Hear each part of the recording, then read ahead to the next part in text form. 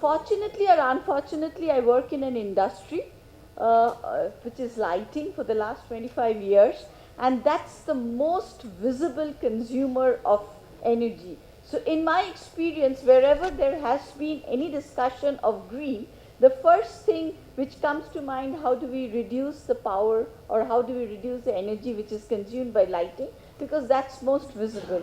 While I talk in this room, I do see so much of light around, and they are all incandescent light.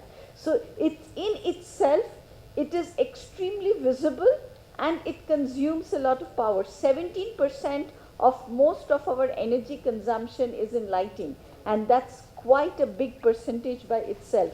35% is in commercial buildings. So in any commercial buildings, 35% is consumed in lighting. So it becomes a great responsibility for us into finding out opportunities. How do we manage lighting? My deliberation is not going to be on how do we manage energy in lighting, but to talk about lighting in context of heritage, how a holistic approach towards urban lighting and specifically heritage lighting can help us to manage also energy and make the cities more greener. While I talk about sustainable lighting, we need to talk about two things.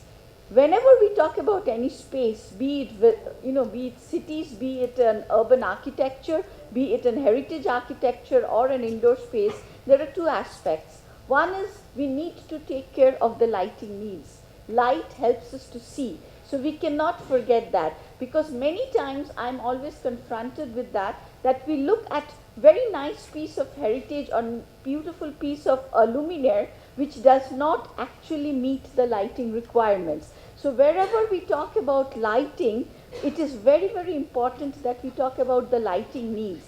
And when we talk about lighting needs, there are three aspects into it. The visual, which helps us to see, which helps us to communicate, you and me. But there are two other important aspects of lighting needs which we at times tend to put a little backward. That's emotional needs, and there is a very important third aspect which is biological needs. And when we are talking about urban and heritage lighting, the biological requirement is the lighting system good enough for the trees, the birds, and also the human who are out in the night is also needs to be addressed. We talk about also energy saving products. Earlier it was CFL, and now anytime we talk about discussions, it was always about LEDs. But when we look at products and green products, it's just not about power and energy. We need to analyze many other aspects when we are talking about whether a product is labeled green or not.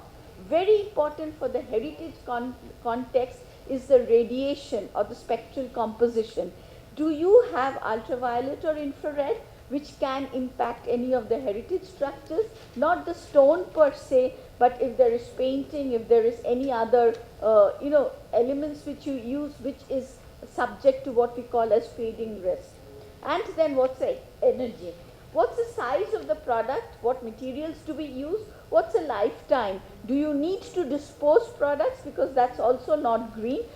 What's a lifetime? Do you need to replace?